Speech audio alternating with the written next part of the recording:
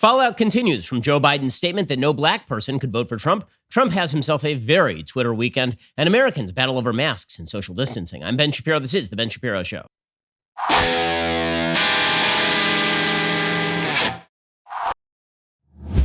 Well, I hope that you guys had a wonderful Memorial Day weekend. Today's show is sponsored by ExpressVPN. Don't let others track what you do. Keep yourself safe at expressvpn.com/Ben. Well, there's nothing like coming back from a weekend where you consider the sacrifices made by so many on behalf of the freedoms of this country to realize that everything has gotten stupider. Somehow everything has gotten stupider and worse over time. It continues to get stupider and worse, like without end and without cease. So I think to begin, we need to talk a little bit about Joe Biden last week. Why? Because it really has something to say about the state of the nation. Because we saw a series of stories over the weekend that had to do with race in America. And we should all be able to agree. I've always been sort of puzzled by the notion that we can't all agree on the basics here. Here are the basics. The basics here, most Americans are good-hearted and not racist. Okay? Also, there are some racists. And there are people who are also just giant jackasses who do things that appear to be racist, but may not actually be racist. They might just be jackasses. Right? These all seem like fairly commonsensical things. Also, if you're going to blame an institution for being racist, you should be able to cite the rules of the institution that discriminate against somebody. Also, if somebody within an institution acts outside the scope of authority and does something racist and or bad, that person should lose their job. All of these things I think we should all be able to agree on because this is just called basic human decency at this point. Well, all of this has broken freshly into public view because Joe Biden last week decided to invoke the race issue once more. And this ties into a broader discussion about race in America. And that is putting all the commonsensical stuff aside. Putting aside the ability of all of us to agree on most of the things that I just said, the basic idea here is that America is at root racist, that most Americans are not, in fact, good-hearted, that deep inside the heart of most Americans is an unspoken racism, is a bias against Black Americans, and that every story that demonstrates bias is an indicator of the great evil that is America, and every story that indicates non-bias is an outlier. Right? What you see as the common and what you see as the outlier is almost flipped in this particular view of America. Okay, so as you'll recall, last week when we left our story before you had a Memorial Day weekend, Joe Biden had gotten himself in trouble. Why? Well, he went on a show called The Breakfast Club. He was talking to a host called Charlemagne the God, and the vice president and the presidential frontrunner, Joe Biden, he said that you're not Black if you support President Trump, or even if you have to think about whether to support President Trump. Listen, you got to come see us when you come to New York, VP Biden. I will. It's a long way until November. We got more questions. You got more questions, but I tell you, if you have a problem figuring out whether you're for me or Trump, and you ain't Black. Okay, now that got him in all sorts of trouble, at least for a brief moment in time. And then everybody moved on with their lives because Democrats decided this was not, in fact, a bad thing to say. In fact, what Biden said, it may have been kind of rough, but the reality is that what he was saying was basically good. It was basically okay. So you got two different angles here. One was that this was not a big deal. We should stop talking about Biden's gap. So here's a montage of Democrats over the weekend basically suggesting there's nothing to see here, that when Joe Biden suggests that if you're a Black Republican, you're not actually Black, that's not a big deal. Here's a giant montage of people ranging from Val Demings to other characters on CNN talking about the non-story that is Joe Biden's comment here. The president shouldn't have said it. He apologized for it. But I really think the gall and the nerve of President Trump. I believe that Joe Biden was incorrect in saying the statement, you ain't Black. But I also believe that his apology was sufficient. That apology was given swiftly. He was saying, I'm sorry, I was being too cavalier. I apologize. To his credit, Joe Biden recognized within minutes that he had gotten carried away. I think he has apologized, and he should have apologized. It was like, one of those jokes that just falls flat.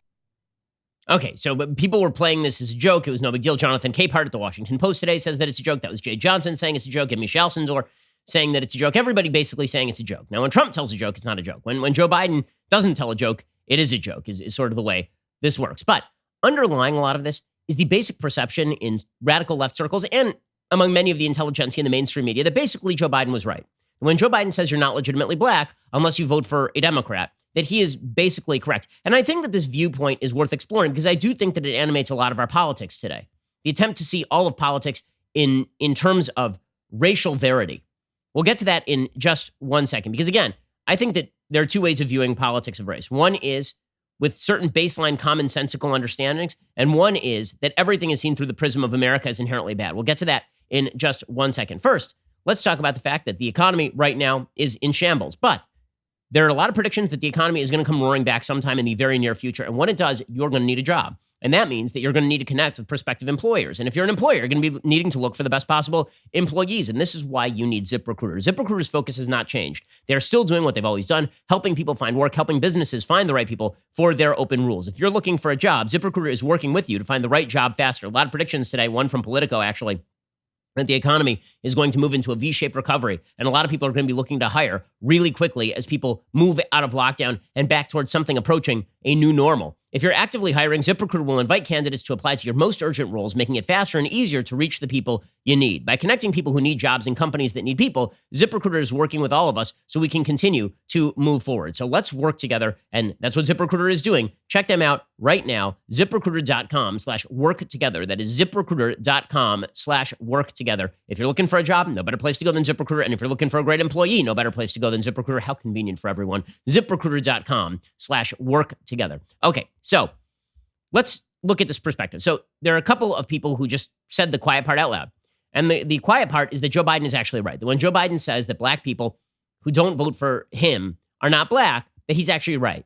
Okay, so Nicole Hannah-Jones, who is one of the leaders of the 1619 Project, just won the Pulitzer Prize for an essay that had some good parts, but was horribly fact-checked and just told open lies about the state of America and about the history of America. She tweeted out, "There is a difference between being politically black and being racially black. I'm not defending anyone, but we all know this and should stop pretending that we don't."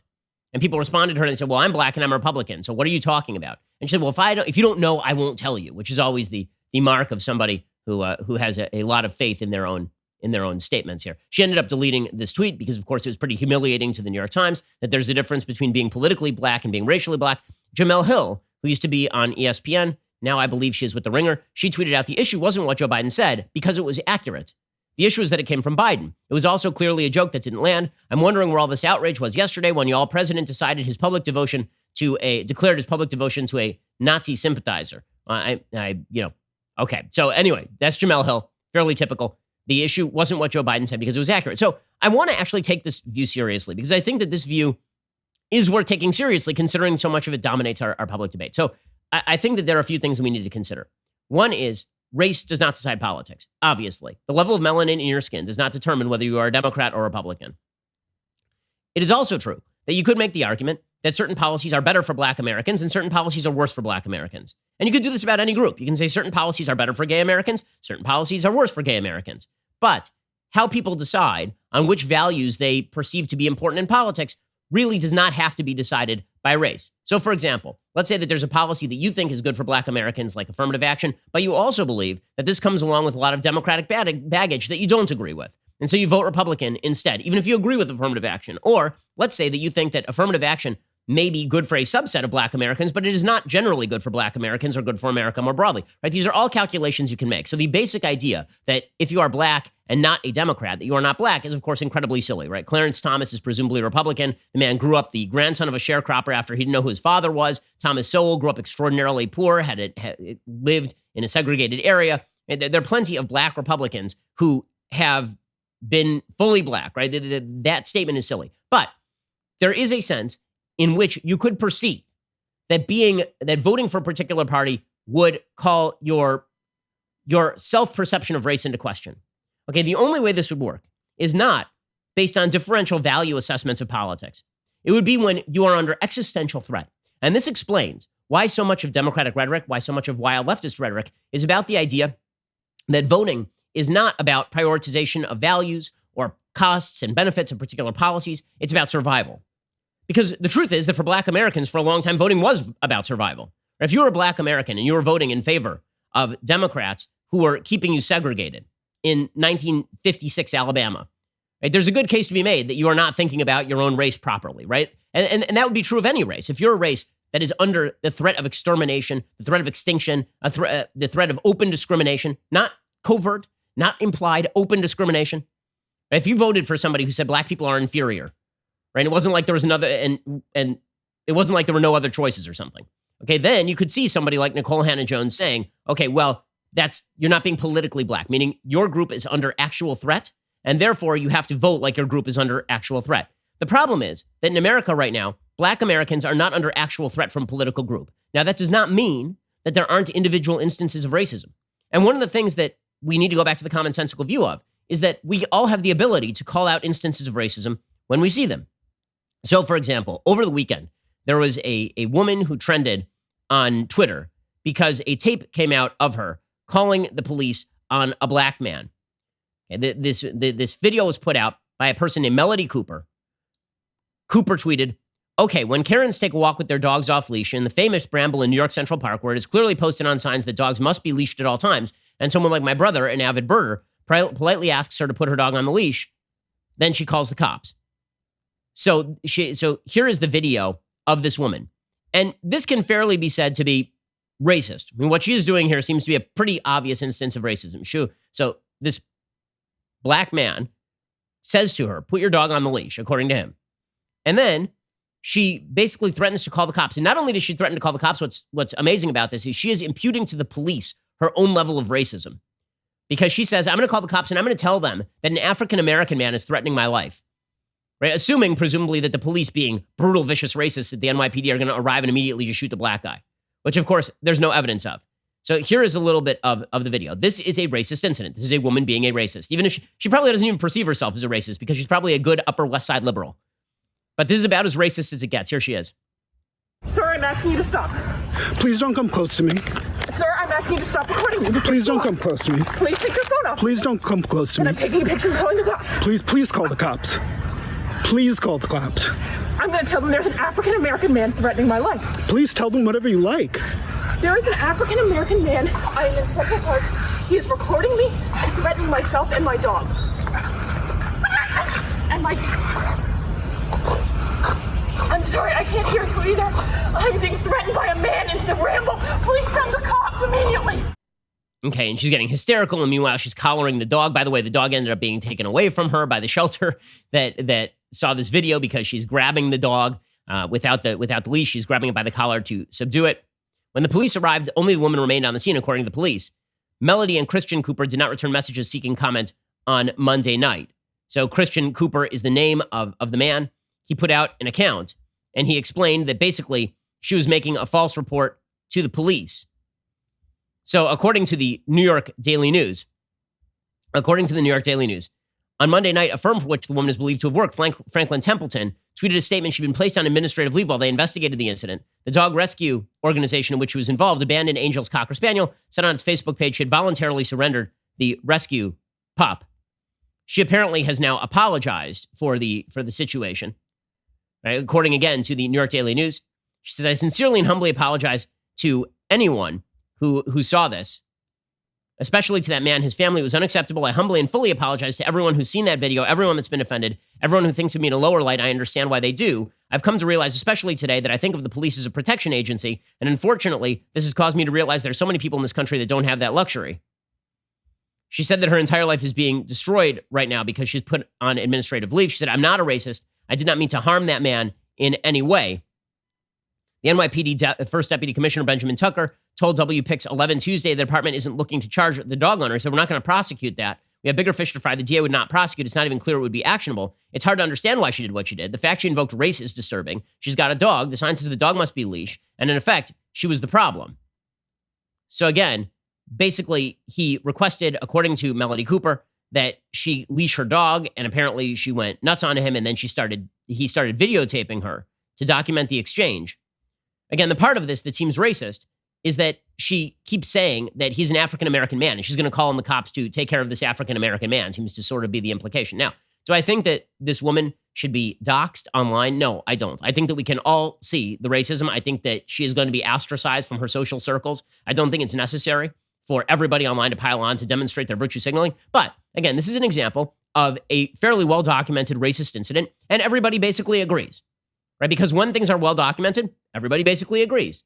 I'll give you another example. There's a story from the Associated Press today. A black man has died in Minneapolis, police custody, after video shared online from a bystander showed a white officer kneeling on his neck during an arrest as he pleaded that he couldn't breathe. His death, which occurred Monday night after a struggle with police officers, was under investigation by the FBI and state agents. Minneapolis Police Chief Medaria Arradondo speaking to reporters on Tuesday morning, was asked about the use of the knee on the man's neck during the arrest. Arredondo said, "We clearly have policies in place regarding placing someone under control." And he said that this will be an investigation that they do internally. Apparently, somebody was called to investigate a report of a forgery at a business, which I didn't even realize was a thing. Like, how do you stop a forgery in progress? Police found a man believed to be in his 40s matching a suspect's description in his car. According to the police, he was ordered to step from the car. After he got out, he physically resisted officers. Officers were able to get the suspect into handcuffs and noted he appeared to be suffering medical distress. He was taken by ambulance to the Hennepin County Medical Center. He died a short time later. The name of the officer seen kneeling on his neck was not immediately released. Apparently, he kept saying over and over that he couldn't breathe, and people were saying you need to get off his neck because he can't breathe. Okay, so this is an incident where it's not clear whether it is racist or just police incompetence. Whatever it is, they're going to get to the bottom of it, and someone's probably going to get prosecuted. Okay, so again, this would be an instance where everyone basically agrees, right? So the common sense view of this is that America is overall not a racist place, that when people are racist and there's video of it, people go nuts on Twitter, on social media, it becomes a national story. That when an incident happens in Minneapolis, there's a full investigation, and there should be. That when there's a cover-up, people are going to lose their jobs. In the Ahmaud Arbery case over in Georgia, I promise you that the original DA is going to be maybe, I mean, if there was corruption hauled up on charges, and people are being tried for murder. So what does that say about the state of America? Well, it says that Joe Biden is wrong, right? Because black Americans are not under existential threat from Republicans. The argument that Joe Biden was innately making, which is that black Americans have to vote for him because they are under existential threat from Republicans, that's not true. But that's not stopping the media from pushing a continued narrative that is absolutely free of common sense. And that's particularly true when it comes to COVID-19. And that's the next move in COVID-19. I've been predicting for literally months that this is the direction the media were going to move, that eventually they would try to racialize COVID-19, even though it's hitting everybody, particularly older people. We'll get to that in just 1 second. First, let's talk about the fact my kids get me up so damned early in the morning. My kids got me up this morning at 5:30 in the morning, and that was after my baby kept me up till midnight last night. So I'm tired. And I'll be honest with you, I cannot wait to climb on my Helix Sleep mattress tonight because my Helix Sleep mattress was made just for me. Helix Sleep has a quiz. It takes just 2 minutes to complete, matches your body type and sleep preferences to the perfect mattress for you. Whether you're a side sleeper, hot sleeper, whether you like a plush or a firm bed, with Helix, there's no more confusion and no more compromising. Helix Sleep is rated the #1 mattress by GQ and Wired Magazine. CNN called it the most comfortable mattress they've ever slept on. Just head on over to helixsleep.com/Ben. Take their 2-minute sleep quiz. They will match you to a customized mattress that will give you the best sleep of your life. They've got a 10-year warranty. You get to try it out for 100 nights risk-free. They'll even pick it up for you if you don't love it, but you will. Helix is offering up to $200 off all mattress orders for our listeners. Get up to $200 off at helixsleep.com/Ben. Again, that's helixsleep.com/Ben for the best mattress on the market. I know it's personalized to me. It's extremely comfortable. And since I value my sleep more than ever these days, you should too. Go check it out. helixsleep.com/Ben for $200 off your order. helixsleep.com/Ben. So as I say, the media have tried to take the underlying Joe Biden narrative, which is that if you are Republican, you are threatening the lives of black people, and then extend that into COVID-19 because Donald Trump is president. If Barack Obama were president, let me just explain. If Barack Obama were president, there would still be a disproportionate number of black and Hispanic Americans dying. Some of that would be for obvious medical reasons, namely that obesity is a massive issue. It is particularly large. It's huge among whites. It's even bigger among minorities in America. And obesity is a massive confound when it comes to COVID-19. Also, there's an article from Fiona Mitchell over in The Lancet, which is, again, kind of the medical journal of record, talking about how vitamin D supplementation is a key here, that people who do not get enough vitamin D have been experiencing serious symptoms of coronavirus. Not only does that mean that if you're older and you don't get enough vitamin D, that it could have a real problem for you. According to The Lancet, quote, data from the UK Office for National Statistics shows that black people in England and Wales are more than 4 times more likely to die from COVID-19 than are white people. Is that because of American racism? So what we keep hearing from the media, as we'll see, is that black Americans are dying at a higher rate than white Americans because black Americans were victims of racism and continue to be victims of racism. There's an entire article in the New York Times today blaming slavery for differential rates of death from COVID-19. Then what about Britain? Why exactly are black people in England and Wales 4 times more likely to die from COVID-19? Well, The Lancet suggests black and minority ethnic people who are more likely to have vitamin D deficiency because they have darker skin seem to be worse affected than white people by COVID-19. So in other words, medical reasons would likely explain the differential. This, by the way, is also true of maternal mortality, not with regard to vitamin D, but with regard to obesity rates and premature birth. And maternal mortality rates are very, very different between black and white in America. They're also vastly different in Europe. Nobody ever seems to go across the water and notice the racial disparity which would seemingly remove American racism as the unique cause of these sorts of disparities. That doesn't stop the New York Times from running a piece today called "It's Not Obesity, It's Slavery." We know why COVID-19 is killing so many black people. So you're going to have to explain why slavery, which technically ended in the United States in 1865, is going to have to do with the differential rate. I mean, 1865, last I checked, was 160 years ago. You're going to have to explain to me why that has to do with differential rates. And Sabrina Strings doesn't really bother. She just sort of says that it's not about obesity.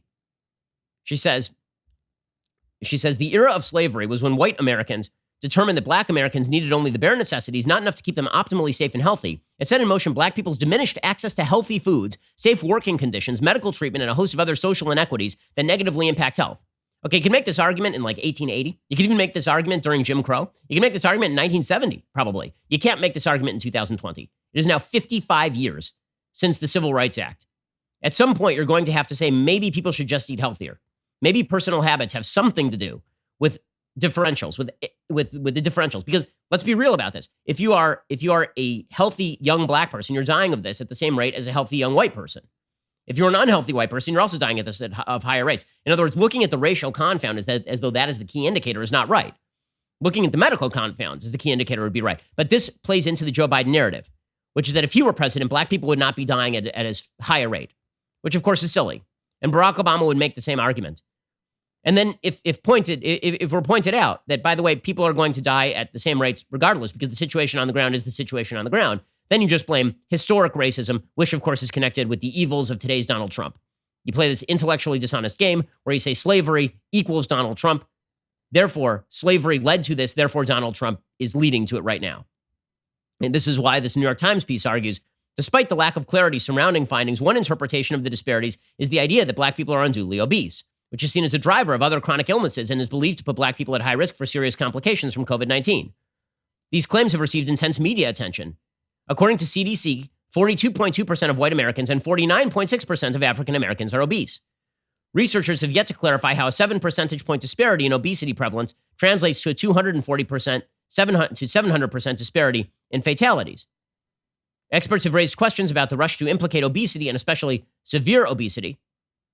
Well, what about the other issues, the vitamin D issues? What about the fact that diabetes tends to run higher in the black community? What about eating habits, right? Not everybody who is obese has exactly the same sort of medical issues. In other words, trying to blame this on slavery is a bit of a stretch. And then, of course, this person in the New York Times blames the 1619 Project. So this is the goal here.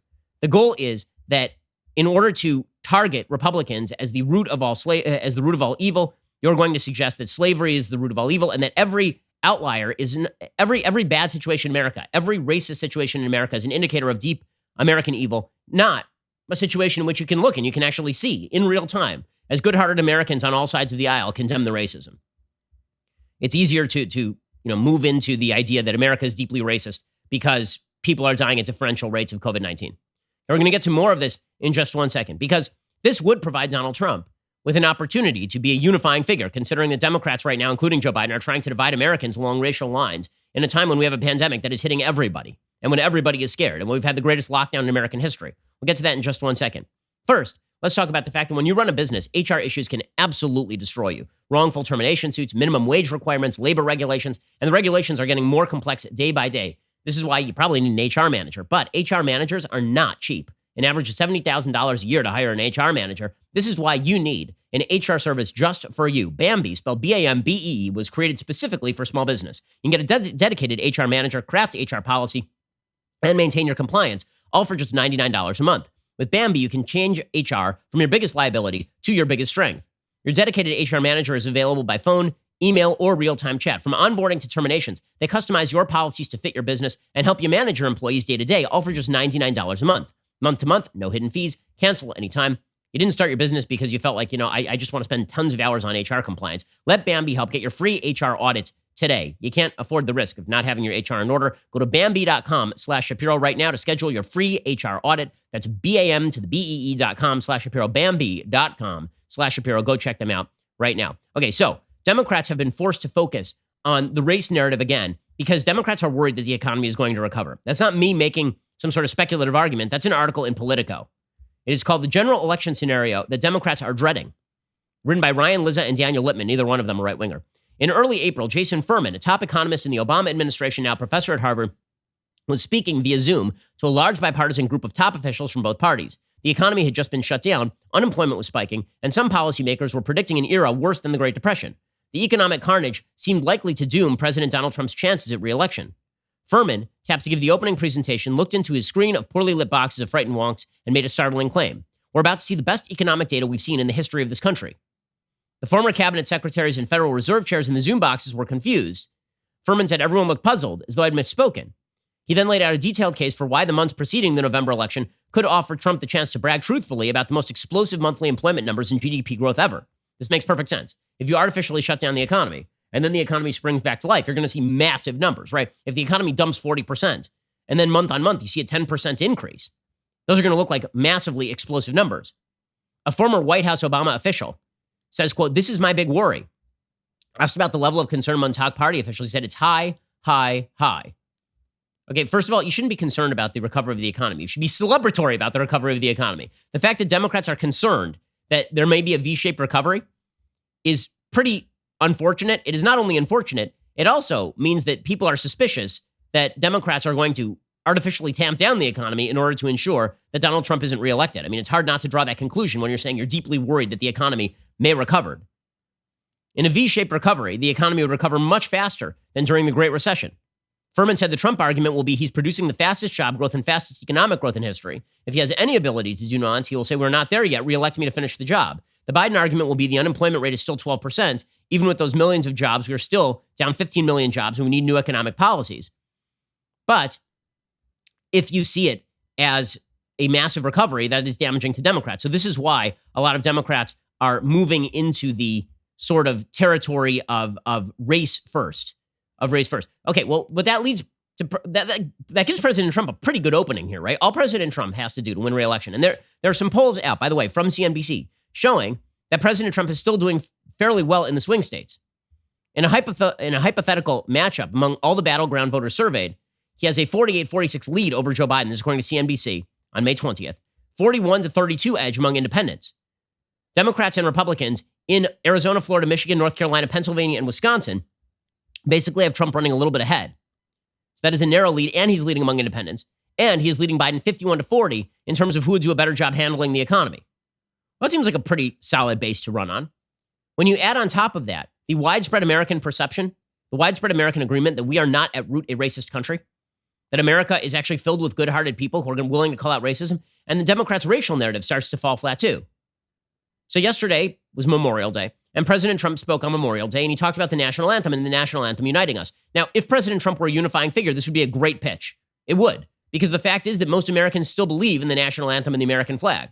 And the fact that so many Democrats have gone out of their way to express sympathy for people who kneel for the national anthem is a big electoral loser for them and is not a winner for them. Here's President Trump talking about this yesterday.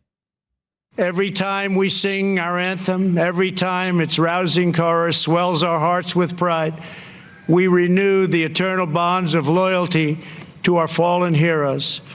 We think of the soldiers who spend their final heroic moments on distant battlefields to keep us safe at home.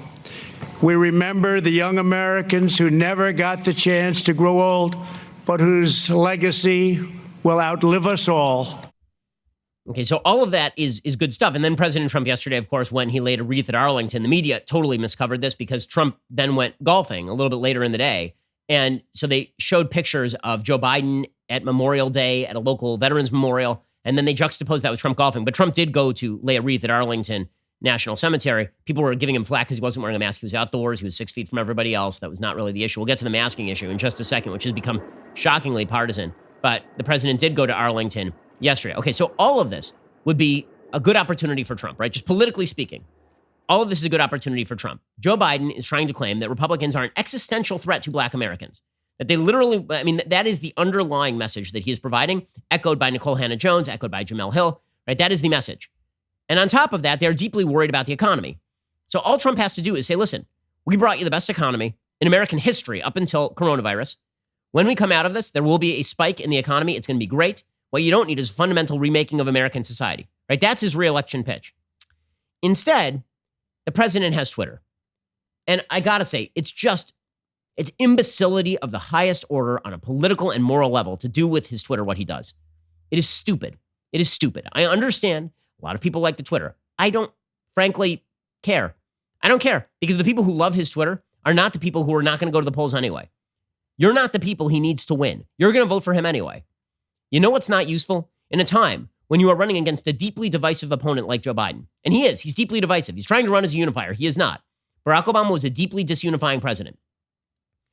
When in a time when Democrats are openly worried about an economic recovery, for Donald Trump to get on Twitter and then fulminate over Joe Scarborough and suggest that Joe Scarborough is a full-on murderer, question, how in the world is that useful? How? And not only useful, how is it moral? How is it decent? Like what's the pitch? Make me the pitch. Give me the elevator pitch for Donald Trump needs to tweet about Joe Scarborough murdering an intern. Seriously, what is the actual argument here? So between that, he had a hell of a Twitter weekend. You're the president of the United States in the middle of one of the worst situations in American history. Grow the F up. Grow up. Do better. And I understand there are people out there saying, well, he's never going to do better. This is what he is. Got it.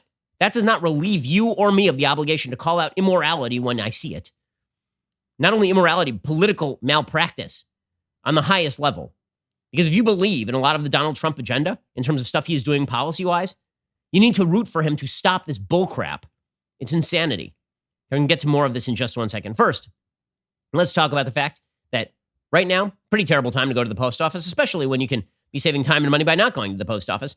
You don't need to go to the post office. Instead, you need Stamps.com. With Stamps.com, you can print postage on demand, skip those lines and crowds over at the post office. Plus, you can actually save some money with discounts you can't get at the post office. And if that wasn't enough, Stamps.com also offers UPS services with discounts up to 62%, no UPS residential surcharges. Here at Daily Wire, we've been using Stamps.com since 2017. No more wasting our time. Stamps.com brings all the services of the U.S. Postal Service directly to your computer in the safety and comfort of your own home, office, or anywhere else you're hunkering down right now. Whether you're a small business sending invoices, an online seller shipping out products, or you're just working from home and you need to mail stuff, Stamps.com can handle it all with ease. Simply use your computer to print official U.S. postage 24/7 for any letter, any package, any class of mail, anywhere you want to send it. Once your mail is ready, just leave it for your mail carrier, schedule a free package pickup, or drop it in a mailbox. No human contact is required. It is indeed that simple. Like I said, with Stamps.com, you get great discounts too. 5 cents off every first-class stamp, up to 62% off shipping rates. Stamps.com is a no-brainer, especially now, saving you time and money, keeping you safe in these insane times. Right now, my listeners get a special offer, 4-week trial, free postage, digital scale, without any long-term commitment. It's a 4-week trial. Go to Stamps.com, click on the microphone at the top of the homepage, type in Shapiro. That is Stamps.com, enter Shapiro. Stamps.com, enter Shapiro. Okay, so we're going to get to President Trump's busy and insane Twitter weekend, a complete, not only waste of time, completely counterproductive. We'll get to that in just 1 second. First, listen up, gang. The double tumbler is back and better than ever, but it is only available for our most exclusive membership tier, the All Access. The All Access membership tier is our premier level of membership. All Access members get to participate in All Access Live, our brand new interactive programming featuring one of us Daily Wire hosts as we hang out with you each night. All Access members also get to join us for real-time Q&A discussions available on both the website and the Daily Wire app. All Access membership now includes 2 of the irreplaceable leftist tears tumblers. The tumblers are literally overflowing with tears at the thought of this offer alone. Finally, All Access members get the benefits of all the other membership tiers. You get an ad-free website experience, access to all the live broadcasts and show library, access to the show's mailbags, the full 3 hours of The Ben Shapiro Show, and dedicated editorials from moi. Head on over to dailywire.com/subscribe to join All Access. Get 15% off with coupon code Shapiro right now. It's a hell of a deal. dailywire.com/subscribe. Again, I'm on All Access tonight, so you'll get to, I got a new t-shirt. I'm very excited. You'll see what t-shirt I'm wearing tonight. We'll see you there backstage on Wednesday, by the way, the 27th, 4 p.m. Pacific, 7 p.m. Eastern. You can go check that out as well. You're listening to the largest, fastest growing conservative podcast and radio show in the nation.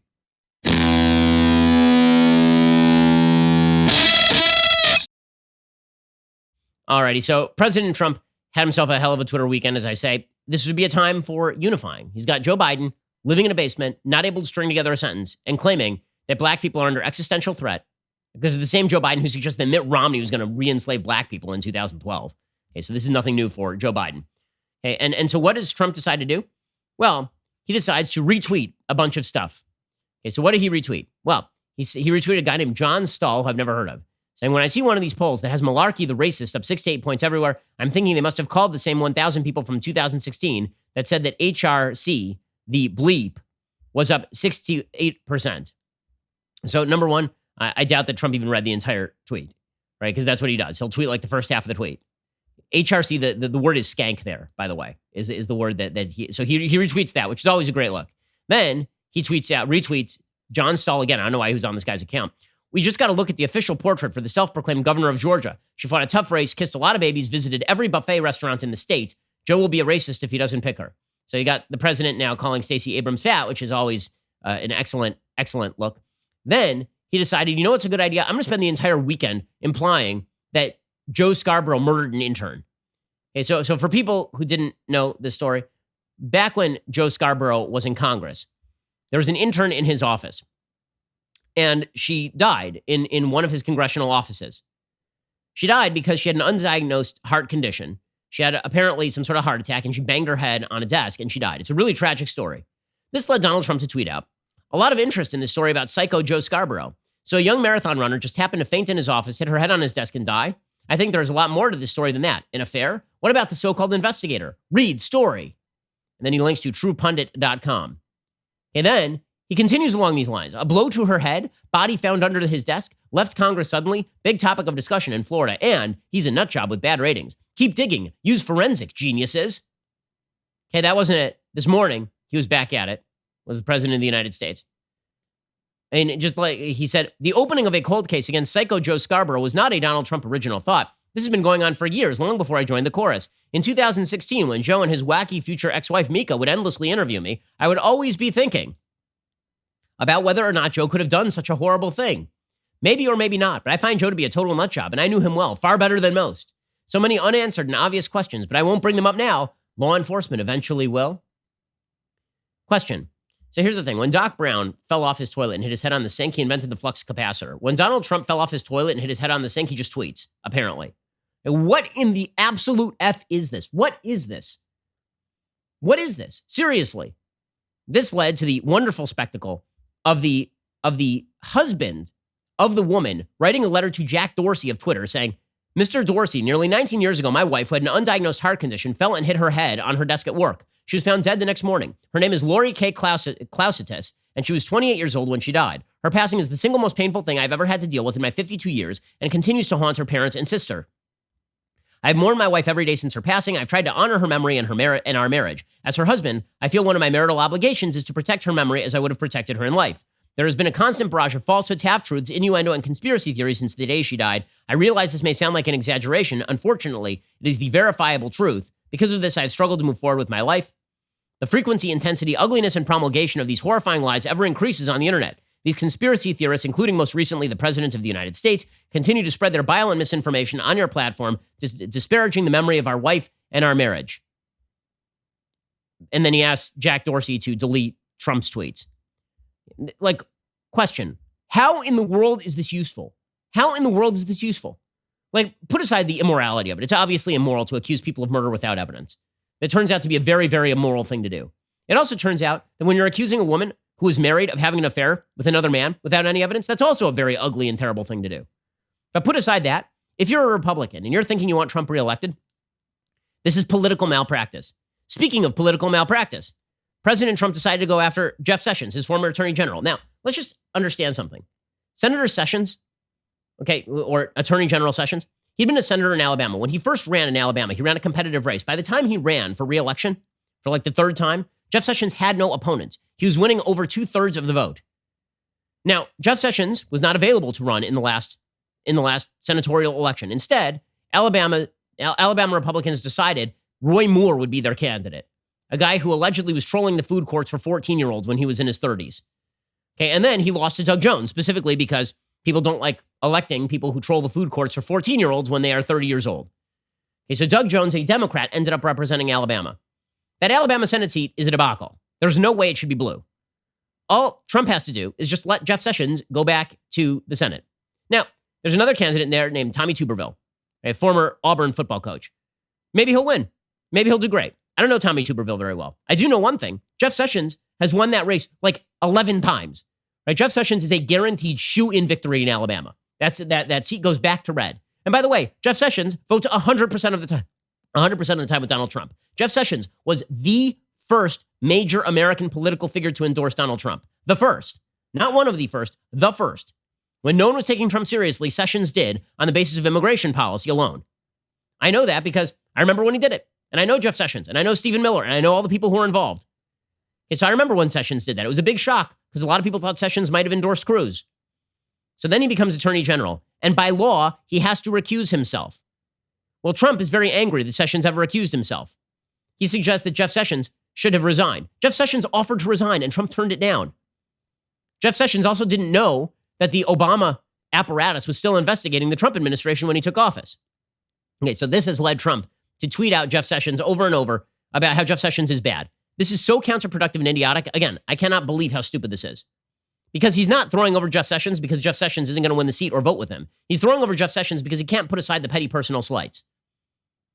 Like, again, political malpractice. You lose, right now, the Republicans are in serious danger of losing the Senate. There's a very, very good shot that when January 2021 comes around, Joe Biden is sitting in the Oval Office and he has a Democrat majority in the Senate, a Democrat majority willing to get rid of the filibuster, and he has a Democrat majority in the House. And then how's all this going to look? Is all this going to be just fun and games on Twitter? How about if it turns out that Tommy Tuberville, who has not been supremely vetted, turns out to be vetted by the media in that Alabama race, and Doug Jones wins a squeaker or something? Okay, so Donald Trump decides he's going to tweet out. He says, Jeff, you had your chance and you blew it. Recused yourself on day one. You never told me of a problem and ran for the hills. You had no courage and ruined many lives. The dirty cops and others got caught by better and stronger people than you. Hopefully this slime will pay a big price. You should drop out of the race and pray that super liberal Doug Jones and weak and pathetic puppet for crazy Nancy Pelosi and crying Chuck Schumer gets beaten badly. He voted for impeachment based on zero. Disgraced Alabama. Coach Tommy Tuberville will be a great senator. And then Trump went on national TV and trashed Sessions again. I mean, this is just like, in terms of personal loyalty, forget about like the personal qualities it takes to be this disloyal to a human being who put his career on the line and became your attorney general. By the way, he was a good attorney general, Jeff Sessions. He was actually good at his job. And he did the right thing in recusing himself. He legally had to. He did not have any other options. Okay, Trump slammed Sessions again on national TV with Cheryl Atkinson. Like, this is just, does he understand that he's president of the United States and he has a responsibility to his own voters not to do dumbass stuff? Here's Trump. Jeff Sessions was a disaster as attorney general. Should have never been attorney general. He's not qualified. He's not mentally qualified to be attorney general. He was the biggest problem. I mean, look, Jeff Sessions put people in place that were a disaster. They took over. They've always had the Department of Justice, but they kept it under Jeff Sessions. And the whole thing, the Russian thing, is a total hoax. Think of it. They spent $45 million investigating him. It took 2.5 years. They found nothing. No collusion. Okay. And then Ann Coulter, of course, came forth and she blasted Trump. She's been long allied with Jeff Sessions on immigration. She's almost solely immigration focused. And she, of course, was one of the chief Trump backers in the early going. Right? She wrote an entire book called In Trump We Trust, which always goes to show you never substitute human for God in any sort of sentence. It never goes well. But she tweeted out the most disloyal actual bleep that has ever set foot in the Oval Office is trying to lose and take the Senate with him. Another Roy Moore fiasco so he can blame someone else for his own mess. So this is all just genius stuff. It's genius stuff. Again, the president has an opportunity here. He had an opportunity here, and he's blowing his opportunity. Even the way that he tweets about COVID. Well, so the president tweeted about COVID. And again, I'm not trying to be unduly harsh with Trump. I intend on voting for the man. I want him to retain the presidency. I don't want to see Joe Biden come in and push Medicare for all. I don't want to see Joe Biden come in and continue to play the race card along the lines of the 1619 Project and allow all of Bernie Sanders' old staffers to take positions in the White House. That's not what I'm looking for here. So Donald Trump tweeted out over the weekend, great reviews on our handling of COVID-19, sometimes referred to as the China virus, ventilators testing, medical supply distribution. We made a lot of governors look good and got no credit for doing. Most importantly, we helped a lot of great people. You might want to start with we helped a lot of great people, as opposed to great reviews. This isn't a Broadway show, dude. Also, like, speaking of political malpractice, I've been saying for weeks, how is it that Trump and the White House team have not cut basically an ad showing every Democratic governor saying they got what they needed from the White House? How has that not been done yet? How is that even possible? So here's the reason why this is so frustrating. Because as the country reopens and as we move closer to something that looks like a recovery, we cannot be distracted with this kind of absolutely idiotic, insane, ridiculous, useless. I mean, I run out of thesaurus words here. We cannot. Because guess what? There's actual good news. There's actual good news happening right now. And we're missing it because we have to cover all this stupidity. So, for example, piece of good news. Scott Fauci points out COVID-19 testing in the United States continues to expand. Positivity rate continues to decline. So for all of the talk about how there are going to be these massive spikes and we're going to overwhelm the healthcare system again, not a lot of evidence of that. Even Anthony Fauci, who was capped in lockdown 5 seconds ago, Anthony Fauci from the NIH, right? He says, we can't stay locked down forever. In fact, it could be damaging if we stay locked down forever. Welcome to the club, Dr. Fauci. Depending upon the dynamics of the infection in the particular state, city, region, county that you're in, we certainly want to, in a cautious way, reopening. We can't stay locked down for such a considerable period of time that you might do irreparable damage and have unintended consequences, including consequences for health. Okay, so this, of course, is exactly right. By the way, there's evidence from the New York Times that people are not going to the emergency room when they need to go to the emergency room. I know personally people who are not going to the emergency room when they need to go to the emergency room. There are people who are not going in for transplants because they're afraid that they're going to get COVID and they're going to die if they go into the ER. By the way, this is not right. Hospitals are now encouraging you, if you need to go into the hospital, go into the hospital. They have very good protective measures for the areas that have COVID. They basically have COVID rooms and they have COVID areas of the hospital. You're not going to be infected if you go into the general areas that are not COVID designated. And as we now know, I mean, the fact is that the costs of the shutdown are extraordinarily large. Scott Atlas has a good piece from Hoover Institute, along with John Burge, Ralph Keeney, and Alexander Lipton over at The Hill, talking about the shutdowns. John Burge, professor at University of Chicago Booth School of Business. Ralph Keeney, professor emeritus in business at Duke University and engineering. Lipton is visiting professor and dean's fellow at the Jerusalem Business School, talking about the economy coming back and how we need to reopen. In other words, Trump has a re-election strategy here, and it's a very obvious and open re-election strategy. And the fact that he continues to fulminate on Twitter about Joe Scarborough is just beyond reason. It's beyond reason. Okay, time for some things that I hate.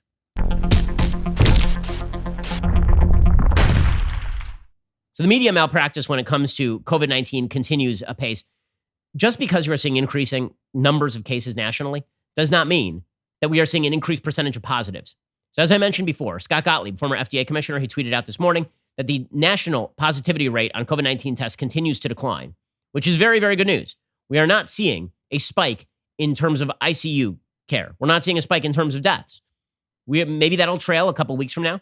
But we are not, most importantly, we are not seeing our emergency rooms overwhelmed. And we cannot continue this way. There's a piece in The Hill by Scott Atlas and company talking about the costs of continued shutdown. He says, our governmental COVID-19 mitigation policy of broad societal lockdown focused on containing the spread of the disease at all costs instead of flattening the curve and preventing hospital overcrowding. Although well-intentioned, the lockdown was imposed without consideration of its consequences beyond those directly from the pandemic. The policies have created the greatest global economic disruption in history with trillions of dollars of lost economic output. These financial losses have been falsely portrayed as purely economic. To the contrary, using numerous National Institute of Health public access publications, CDC, and Bureau of Labor Statistics data, we calculate these policies will cause devastating non-economic consequences that will total millions of accumulated years of life lost in the United States, far beyond what the virus itself has caused. Pandemics have afflicted mankind throughout human history. So far, the current pandemic has produced almost 100,000 U.S. deaths, but the reaction of a near-complete economic shutdown is unprecedented. The lost economic output in the U.S. alone is estimated to be 5% of GDP, or $1.1 trillion for every single month of the economic shutdown. This lost income results in lost lives. These incidents are particularly severe on the lower income population. They're more likely to lose their jobs. Mortality rates are much higher for lower income individuals. Statistically, every $10 million to $24 million lost in U.S. incomes results in one additional death. One portion of this effect is through unemployment, which leads to an average increase in mortality of at least 60%. That translates into 7,200 lives lost per month among the 36 million newly unemployed Americans, over 40% of whom are not expected to regain their jobs. In addition, many small business owners are near financial collapse. With an average estimate of one additional life lost per $17 million lost in income, that would translate to 65,000 lives lost in the U.S. for each month because of the economic shutdown. Lives are also lost due to delayed or foregone health care imposed by the shutdown and the fear it creates among patients. He says emergency stroke evaluations are down 40%. Of the 650,000 cancer patients receiving chemo, an estimated half are missing their treatments.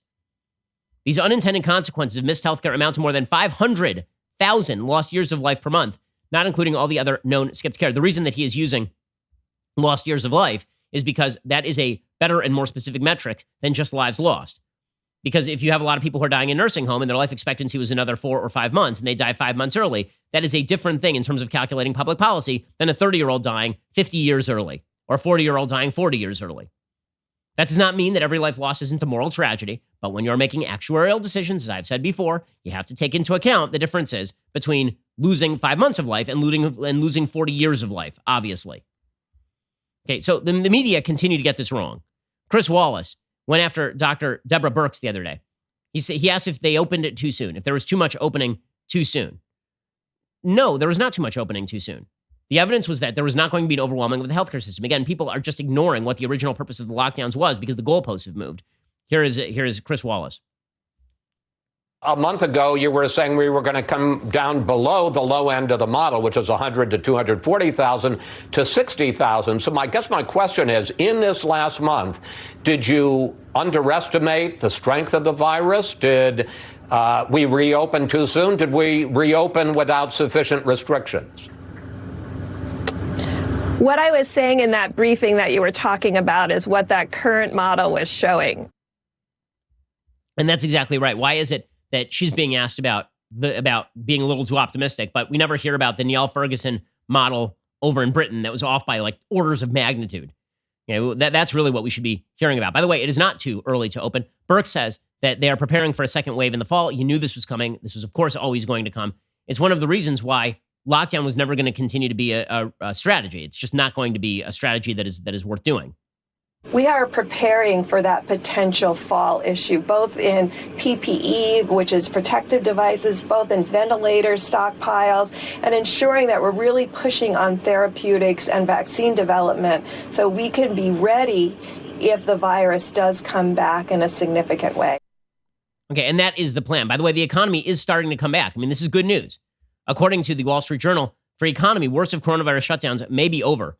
Recovering air travel, hotel bookings, and mortgage applications are among the early signs the U.S. economy is slowly creeping back to life. You can see this, by the way, on just by looking at the traffic in Los Angeles, which is up radically. You could see it over Memorial Day weekend. People were going out to beaches. People were, in general, being responsible. People were wearing masks. People were socially distancing. It is amazing how the mask wearing has become such a flashpoint for politics at this point. Again, my feeling is that we should all be responsible, that we should try and continue to slow the spread, that it is not too much to ask people to wear masks, particularly if they are dealing with the vulnerable. And there are a lot of churches that are reopening, and that's a good thing. Right? When President Trump said last week that governors should reopen churches, he was right. Here was the president on Friday making the announcement that he wanted governors to reopen churches. Some governors have deemed liquor stores and abortion clinics as essential, but have left out churches and other houses of worship. It's not right. So I'm correcting this injustice and calling houses of worship essential. I call upon governors to allow our churches and places of worship to open right now for this weekend. If they don't do it, I will override the governors. In America, we need more prayer, not less. He doesn't have the power to do that. Theoretically, he could have some lawsuits filed by the DOJ, and the Attorney General could theoretically file some freedom of religion lawsuits, but realistically speaking, governors do have plenary control over stuff like this.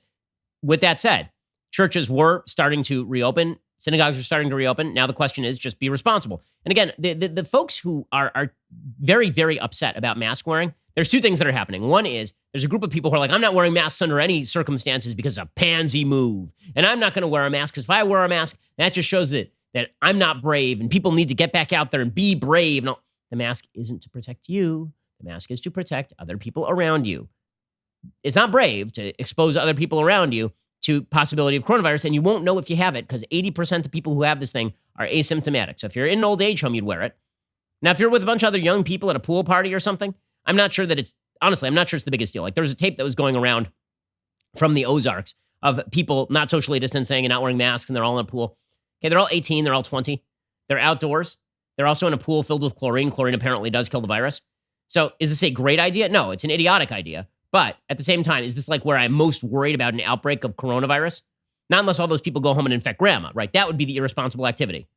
If they decide to engage this way and risk themselves, that is one thing. If they decide to go somewhere else and risk grandma, that is a completely different thing. But because, so everybody is so reactionary now. So the left basically was suggesting that mask wearing is a sign of pure, unbridled virtue. President Trump, for some reason, took up that challenge. And instead of saying, let's be responsible, let's wear masks where we need to wear masks, let's not wear masks where we don't, instead he was like, I'm never wearing masks. And so that means that for Democrats, they're now going to wear masks as like a fashion symbol. So now we get Democrats basically saying you should wear a mask everywhere. This is why if you drive around LA, you will see people wearing masks in their cars by themselves, which makes no sense at all. Or people who are walking around at the park 100 feet from other people wearing masks.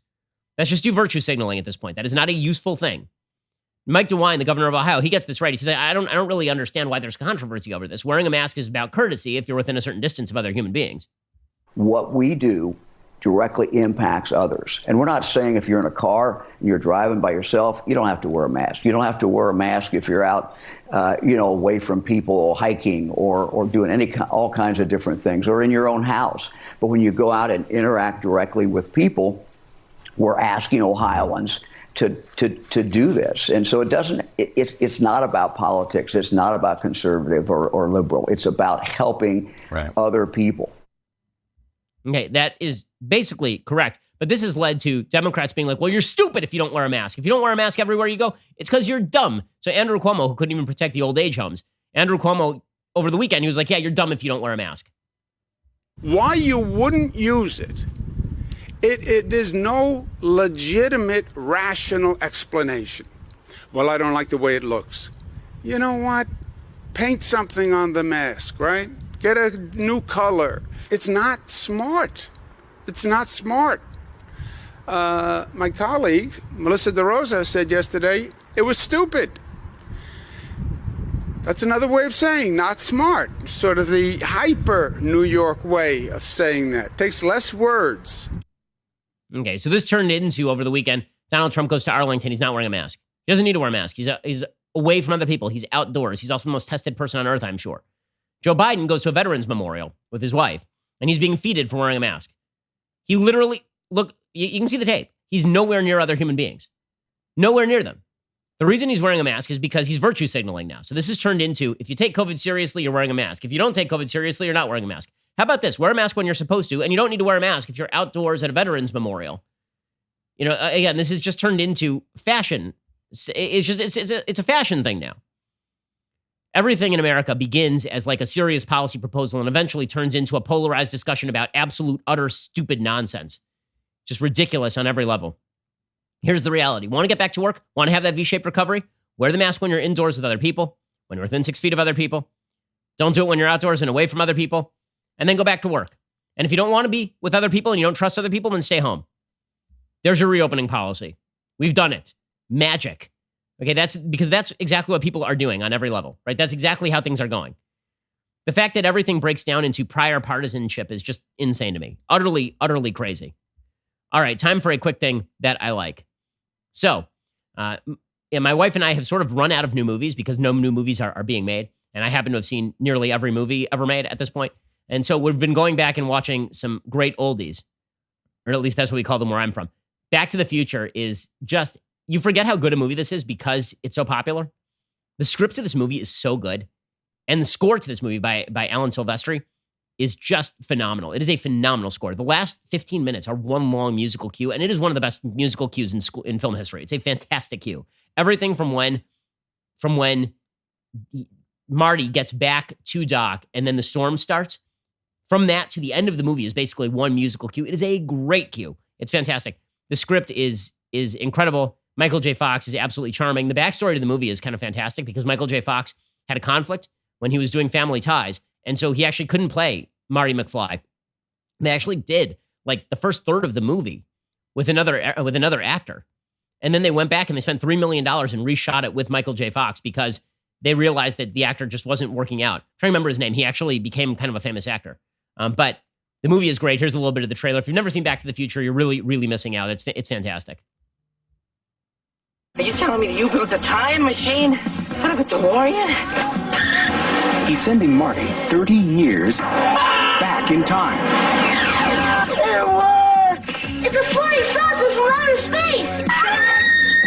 Now he's trapped in the past. It's gotta be a dream. About to meet Chocolate. his future father. He's a peeping Tom. Wow!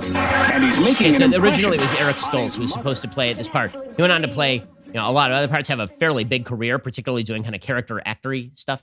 But the movie obviously requires Michael J. Fox, who remains one of the most charming people who was ever on a movie screen. Really, think about the fact that he was a 5'5" guy. He's 24 when he played this, I believe.